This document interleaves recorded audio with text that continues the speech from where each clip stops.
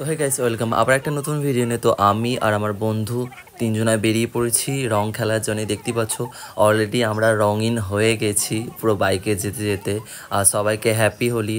আর দেখতে পাচ্ছ বাচ্চারা কেমন এদিক থেকে ওদিক থেকে পুরো হোলি একদম আবির রং রং পুরো করে দিয়েছে। আর আমি যে টি শার্টটা পরেছিলাম আমার বন্ধুর পরেছিলাম, আর দেখতেই পাচ্ছ পুরো কালারফুল হয়ে গেছিলাম। আর এটা প্রথমের ভিডিও ছিল, তো প্রথমের ভিডিওতে আমি পুরোপুরি সেফ ছিলাম। আর কিন্তু নেক্সট ভিডিওতে আমি পুরোপুরি কালারফুল হয়ে গেছিলাম, কারণ যেহেতু আমি মাঝখানে ছিলাম, তো আমি অনেকটাই মানে রং থেকে বেঁচে গিয়েছিলাম। কিন্তু সামনে যে ছিল পেছনে যে ছিল পুরো দুজনে পুরোপুরি কালারফুল হয়ে গিয়েছিলো। আর দেখতে পাচ্ছ বাচ্চারা কেমন দিচ্ছে, খুব ভালো লাগছিলো। মানে আমি তো হোলিতে খুবই এনজয় করেছি। তোমরা কেমন এনজয় করেছো কমেন্ট করে আমাকে প্লিজ বলবে যে তোমরা কেমন এনজয় করেছো হোলিতে। আমি তো খুবই এনজয় করেছি, দেখতেই পাচ্ছ আমি খুবই এখনও এনজয় করছি। আর আমি এসে গেছি চন্দননগর স্ট্যান্ডে। তো ওখানে বেসিক্যালি আমি আমার বন্ধু তিনজনে মানে এলাম দেখতে যে ওখানে কেমন রং খেলা আবির খেলা হচ্ছে। তো এটা দেখার জন্য আমরা চন্দননগর স্ট্যান্ডে এসেছিলাম। আর এখানেও দেখছি প্রচণ্ড ভিড় ছিল, সামনে আরও ভিড় ছিল। তো আমরা এখান থেকে বেশিক্ষণ থাকবো না বেসিক্যালি, কেন বাড়িতে রং খেলার আছে, ওখানে সব ডেকোরেশন হচ্ছে, মোটামুটি বেলুন দিয়ে সাজানো হচ্ছে। আর দেখতে পাচ্ছি চন্দননগর স্ট্যান্ডটা ভালোই ভিড় আছে, বেশ এখানেও বেশ ভালো করে আবির খেলা হচ্ছে। এখানে জাস্ট আবির খেলা হচ্ছে, রং খেলাটা খুব কম হচ্ছে। পর এই জন্যে আসা পর আমরা দেখলাম, আমরা এই মাথা থেকে ও মাথা পরে চন্দননগর স্ট্যান্ডে ঘুরে নিলাম। তারপর আমরা চন্দননগর একটু এসে কতগুলো ফটো তুলেছিলাম, এগুলো আপলোড করে দেওয়া হয়েছে, যেগুলো দেখেছো হবে তো ইনস্টাগ্রামে বা ফেসবুকে দেখেছো, ইউটিউবেও আছে মনে হয়, আমি ছেড়েছি আপলোড করেছি। দেখতে পাচ্ছ চন্দননগর স্ট্যান্ডটা।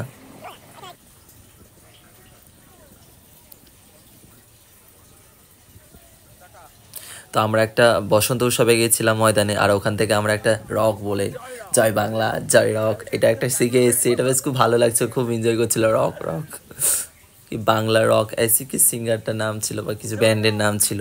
তো যাই হোক, জয় রক এরকমই একটা কিছু ছিল। তো ওটা আমরা খুবই কপি করেছিলাম, আমরা বেশ এনজয় করছিলাম ওটা হোলির দিন, ওই জয় রক জয়।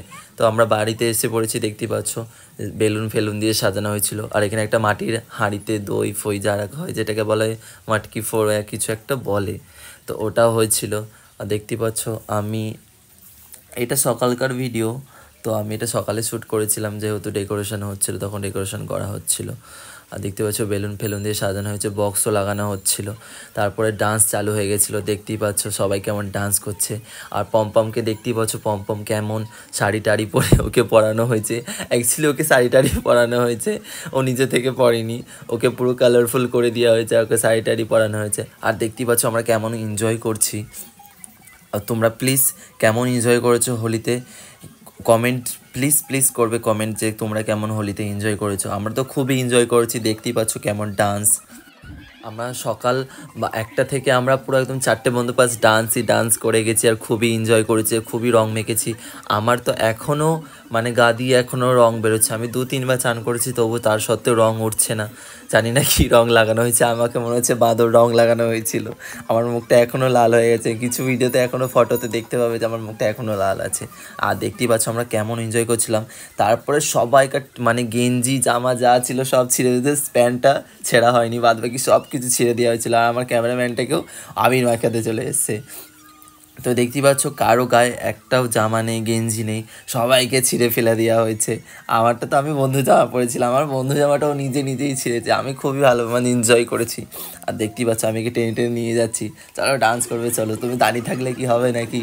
আর তার সাথে দেখতে পাচ্ছ যে বালতির মধ্যে রং গুলে লোকের মাথায় ঢালা হচ্ছে, এই কারণেই কারো মুখের রং ওঠেনি এখনো।